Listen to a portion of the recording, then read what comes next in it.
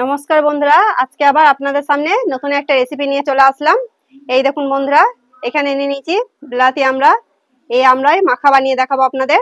তা কিভাবে বানায় আপনারা পুরো ভিডিওটাই দেখতে থাকুন। আমড়াগুলো পরিষ্কার করে ধুয়ে নিয়েছি, এবার খোলাটা ছাড়িয়ে নেব।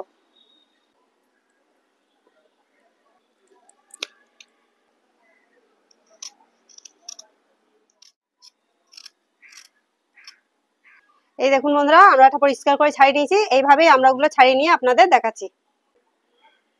এই 4টে আমড়াই ছাড়িয়ে নিয়েছি, এবার এটা পিস করে নেব।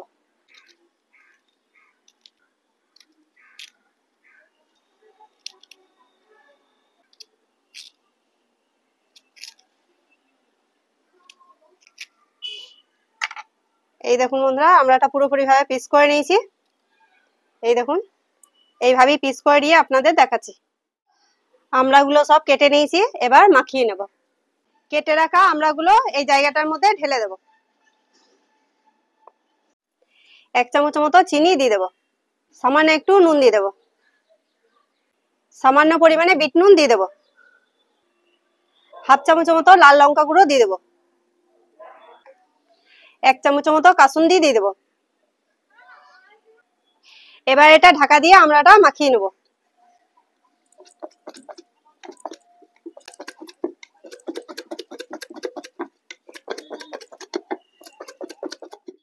ঢাকাটা খুলে দেখে নেব।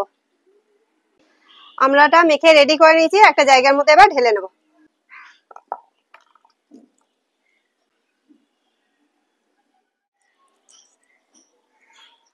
এই দেখুন বন্ধুরা, আমড়া মাখা রেডি। তা কেমন হয়েছে একটু খেয়ে দেখবো।